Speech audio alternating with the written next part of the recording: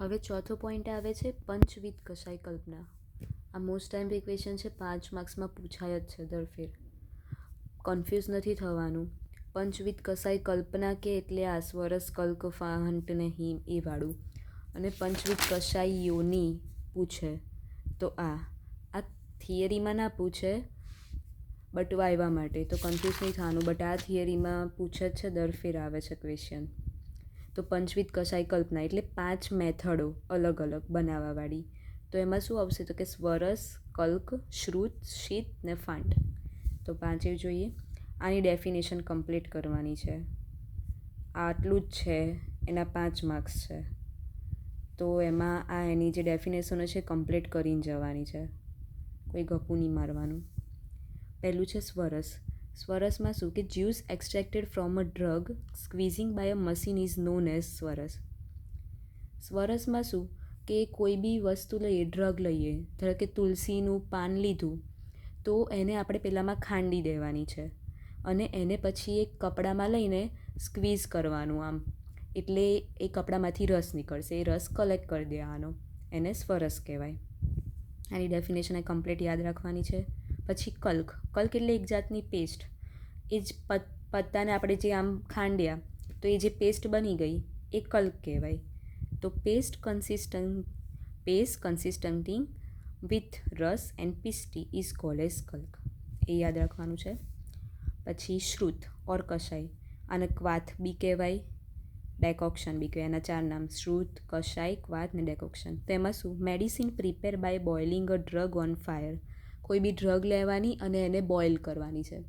એ ડ્રગને પાણીમાં લઈને એને માઇલ્ડ ફાયર પર બોઇલ કરવાનું, એને કહેવાશે શ્રુત. પછી શીત એટલે કોલ્ડ ઇન્ફ્યુઝન.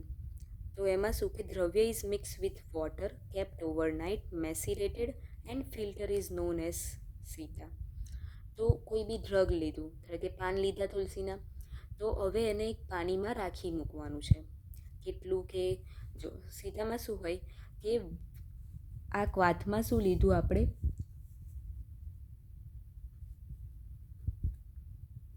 1 પાર્ટ ડ્રગ અને 16 પાર્ટ વોટર, બરાબર.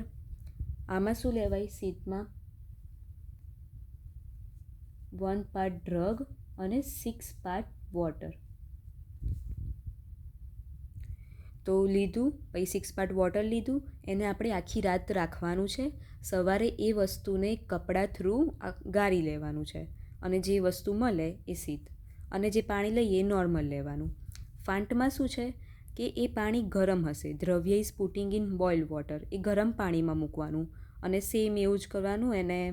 એને ઓવરનાઇટ નહીં રાખવાનું, ખાલી ગરમ પાણીમાં એને નાખવાનું અને પછી કપડામાં વેડીને સ્ક્વીઝ કરીને જે મળે એ ફાંટ. તો આ રેશિયો યાદ રાખવાનો છે અને આ એની ડેફિનેશનો 5 માર્ક્સમાં પૂછાય છે આ. અને આ ચેપ્ટરનો લાસ્ટ ટોપિક છે પંચસનમ મહાકશાય, એટલે કે 50 ગ્રુપ્સ, 50 ગ્રુપ ઓફ મહાકશાય. હવે એક ગ્રુપમાં 10 ડ્રગ છે, એવા આપણને કેટલા કીધા? 50 મહાકશાય કીધા. તો ટોટલ ડ્રગ આપણી જો કેટલા થશે? 500. તો આ યાદ રાખવાનું છે. મહાકશાય કહે તો 50, બટ ટોટલ કશાય કહે તો 500 થશે. અને આપણે આગળ જોયું પેલું સડ વિરેચન સતમવાળું, તેમાં વમન વિરેચન ટોટલ થઈને કેટલું થયું હતું? 600. તો આ MCQમાં યાદ રાખવાનું છે. મહાકશાય કહે તો 50, બટ ટોટલ કશાય કહે તો 500, બિકોઝ એકમાં 10 ડ્રગ આપેલી હશે અને એવા આપણી જોડે 50 છે, તો થઈ ગયા 500. હવે બધી 50 મહાકશાય નથી કરવાના. મેન જીવનીય મહાકશાય કરીશું અને બૃહનીય. હવે પહેલું છે જીવનીય. તો જીવનીય મહાકશાય એટલે શું?